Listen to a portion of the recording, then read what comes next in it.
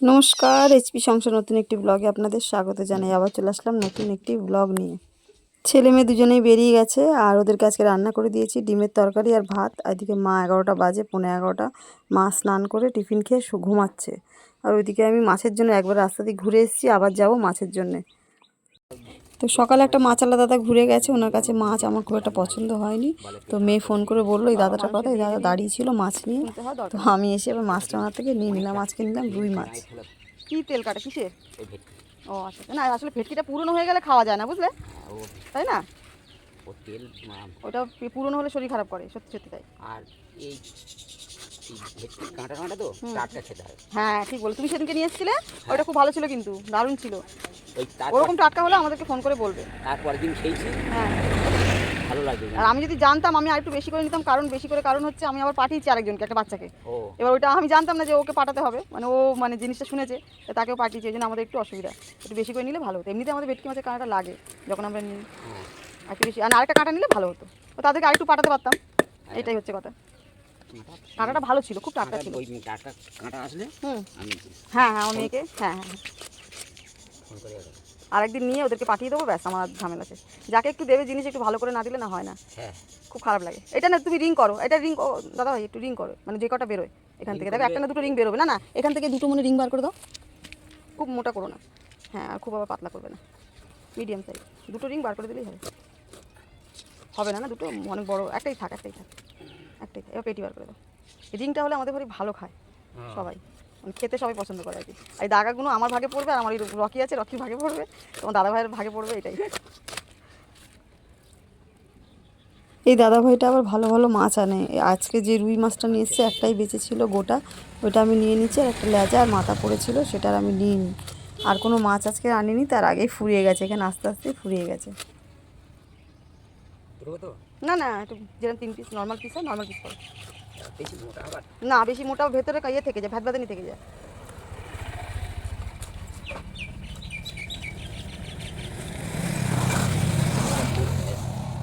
ও বাবা, ডিম হয়ে গেছে। ও ঠিক আছে, সবই কাজে লেগে যাবে। তেলটা হলে একটু বেশি খুশি হই আমরা। আচ্ছা এবারে তেল হলো তো, হ্যাঁ কাগজের মধ্যে রেখে দাও। হ্যাঁ, তুমি একটু রেখে দিও। দিয়ে আর ওখানে হাঁকবো কোথা বাড়ি। হ্যাঁ, তেল তেল করে হাঁকবে। ওখানে তুমি জিজ্ঞেস করলেই বলবে এখানে কুকুর কোন বাড়িতে আছে, যে কুকুর খুব চিৎকার করে। এই কাকাবাবুকে জিজ্ঞেস করলে কাকাই বলে দেবে, যদি থাকে কাকা। ওই মাছের তেলের গল্প হচ্ছে, আমাদের বাড়ি খুঁজবে উনি, তাই বলছে।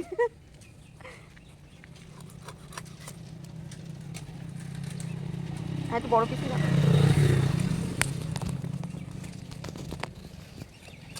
যেদিন করে মাছ নিই না, সেদিনকেই আমার রান্নার দেরি হয়ে যায়। আজকে আবার বুধবার, ঠাকুর পরিষ্কারের পালা আছে। জানি না কী করে কাজ সারবো, কত তাড়াতাড়ি কাজ সারবো। ওদিকে ঘরের কাজ সেরে মাছ ফাছগুলো ধুয়ে আমি কলে চলে আসলাম। জামা কাপড় কটা কেচেই ঝটপট করে স্নান করে নেবো। কালকে তাড়াহুড়োর চোটে না আমার কালকে পুজো দেওয়াটা মাথা দিয়ে বেরিয়ে গেছে। অবশ্য কালকে দেরি হয়ে গেছিলো আমার স্নান করতে করতে। কালকে রান্না ছিল না, কিন্তু কালকে অনেক দেরি হয়ে গেছিলো। প্রায় আমি 2:45 সময় মানে স্নান করেছি, জানেন তো। আর এই হচ্ছে কল, আমার এই কলটা পাম্প করতে খুব কষ্ট হয়, পেটে লাগে আমার।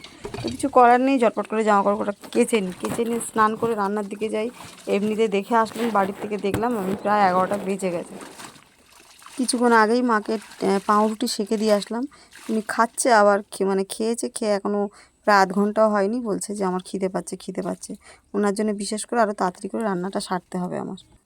শীতকালের একটা ঝামেলা কি বলুন তো, রোজ জামা কাপড় কাচতে গেলে হালকা একটু গরম জল লাগতো, আর এখন গরম জল ছাড়াই কাচা হয়ে যায় গরমের সময়। সপ্তাহে একদিন গরম জলে কাচলে মোটামুটি পরিষ্কার হয়ে যায়। কারণ শীতকালে তো তেল ফেল মাখা হয়, সেই কারণে নাইটি গামছা খুব নোংরা হয় এগুলো, সেই জন্য প্রত্যেক দিন জল গরম। আর আমাদের তো গ্যাসে জল গরম, কাঠ চুলো নেই, সেই কারণে আমাদের গ্যাসটা খুব বেশি লাগতো আর কি। খুব মানে শীতকালে একটু বেশি আমাদের গ্যাসটা খরচা হতো। সত্যি কথা বলতে আমার কল পাম্প করতে কষ্ট হয় বলে, পেটে চাপ পড়ে বলে আমি কাচা মানে লাস্টবার যে জামা কাপড়টা কাচি সেই জলটা আমি রেখে দিই। সারাদিন যে আমি রান্না বান্না করি এই বাসনটা আমি সাবান জল দিয়ে একবার ভালো করে ধুয়ে তারপর মানে পরিষ্কার জলে ধুই। এই কারণে আমি জলটা রেখে দিই, অপচয় করি না। খুব মানে অসুবিধা হয় আমার, যতদিন না পাম্প বসাচ্ছে। ওরা পাম্প করে দিয়ে যায়, 3 গামলা ভরে দিয়ে যায়, সারাদিনে তো 3 গামলা হয় না, জামা কাপড় কাচা আছে, আমি স্নান করি, মা স্নান করে, বাসন টাসন মাজা থাকে, হয় না 3 গামলাতে। তো আমাকেও পাম্প করতে হয়, 2-3 গামলা পরে আমাকেও পাম্প করতে লাগে। ওই কারণেই আমি জামা কাপড় ধোয়া জলটা রেখে দিই। তো একবার সাবান, যে বাসনটা মাজলাম একবার সাবানগুলো ধুয়ে নিলাম, তারপর পরিষ্কার জলে ধুলাম আর কি। এখনও অবধি কিছু কাটাকুটি করিনি রান্নার, জানি না স্নানটা করে গিয়ে সব করব। ভাবছি অনেক দিন ধরে মনে ধরে রয়েছে যে একটু কচি কচি সজনা ডাল দিয়ে, ডাঁটা দিয়ে একটু পোস্ত করব। তো দেখি মাছ নিলাম, আবার জানি না কোনটা করব। মাছ জন্য তো আলাদাভাবে মানে লাউ ডাঁটা, বেগুন টেগুন সবজি টবজি দিয়ে একটু ঝোল করে দেবো একটা মাছ দিয়ে। আর আমাদের জন্য দেখি কি রান্না করি, এখনও ভেবে উঠতে পারিনি। রান্না বসিয়ে মানে রান্না করতে বসে ভাববো যে কি রান্না করব। এদিকে আবার কাজ সারতে সারতে নাতিটা এসে মাঝে মাঝে টুকি দিয়ে যায়। ও একটা মানুষ, কিন্তু সারাদিন কেউ আসুক না আসুক ও একবার আমার কাছে আসবেই আসবে। ও আর মানে ও না আসলেও আমার ভালো লাগে না। রান্নার দিকে চলে আসলাম। তো যেহেতু আমি ডাঁটা পোস্ত করব বললাম আপনাকে, তো পোস্তটা ওইটুকু পোস্ত তো আর এতে বাটা যাবে না মিক্সিতে, আমাদের মানে মিক্সিতে অল্প করে এই জিনিস হয় না। তো একটু শিলে বেটে নিলাম পোস্ত আর চাল মগজ। আর এদিকে লাউ ডাঁটা দিয়ে আলু দিয়ে আমাদের জন্য মাছের ঝোল করব। আর তোমার মাছগুলো সব ভেজে রাখছি, এর মধ্যে 5-6 পিস রান্না করব। আপনার দাদা তো আজকে আসবে না। আর ওইদিকে মাছ জন্য তরকারি করে মাকে খেতেও দিয়ে দিয়েছি। মাছ জন্য লাউ ডাঁটা দিয়ে বেগুন একটু গাজর দিয়ে হালকা করে ঝোল করে দিয়েছি। তো এটা মা খেয়ে নিচ্ছে আর কি, এটা শুধু মার জন্যই করেছি। সবে ভাতটা করেছি, ভাতটা এখনও গরম আছে। উচ্ছে মাছের তেল দিয়ে বেগুন দিয়ে ভাজা করেছি। আর এটা হয়েছে লাউ ডাঁটা আর মাছের ঝোল, আলু দিয়ে মাছের তরকারি, জিরে আদা বাটা দিয়ে। আর এখানে আছে ওই যে বলেছিলাম না সজনা ডাঁটা একটু পোস্ত বাটা করব, এই যে করেছি সজনা ডাঁটা আলু দিয়ে পোস্ত বাটা।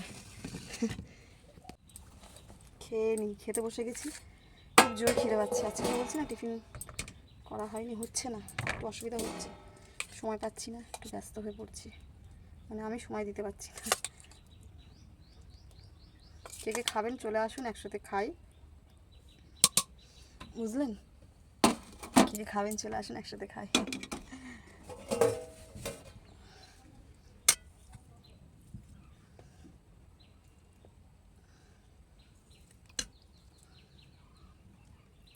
ঝোলটা না শুকিয়ে গেছে।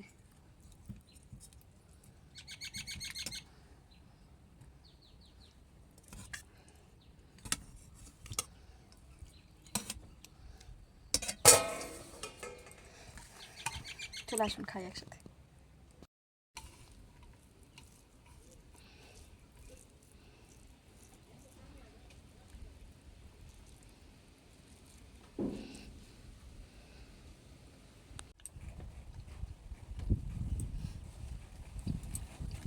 ভালোই হয়েছে, যেহেতু উচ্ছে দিত, মাছের তেলটা মাছালা কাটতে গিয়ে একটু তেলটা ফেটে গেছিলো, একটুখানি ফাটা মানে ফেটে যাওয়া, তিতো হয়ে যাওয়া। তো মাছের তেলটা একটু তিতো লাগছে, তিতোয় ভালো মিলেছে।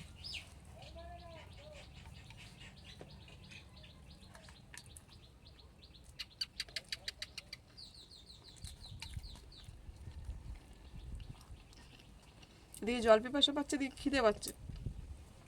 জল খেয়ে নিলে আর ভাত খেতে ইচ্ছা করবে না, ওই জন্য জলটা আর খাচ্ছি না, ভাতের সাথে জল খাবো।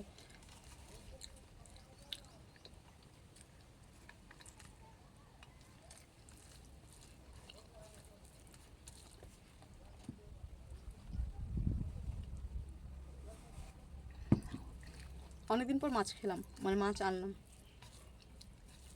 লাস্ট কী মাছ হয়েছিল মনে পড়ছে না, কেন কদিন, তারপরে একাদশী গেল, তার আগে একাদশীর আগের দিনকে খাইনি মাছ, মানে ডিম হয়েছিল। একাদশীতে নিরামিষ, একাদশী পরের দিন নিরামিষ, তারপরের দিন নিরামিষ, আজকে বুধবার।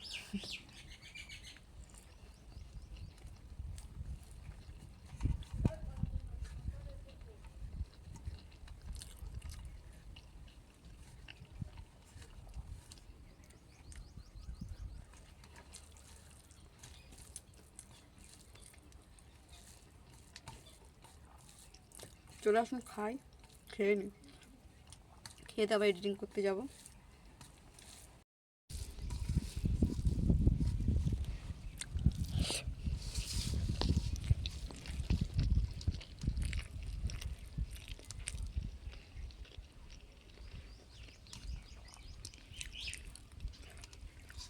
আমার পাতেই পড়ে গেল।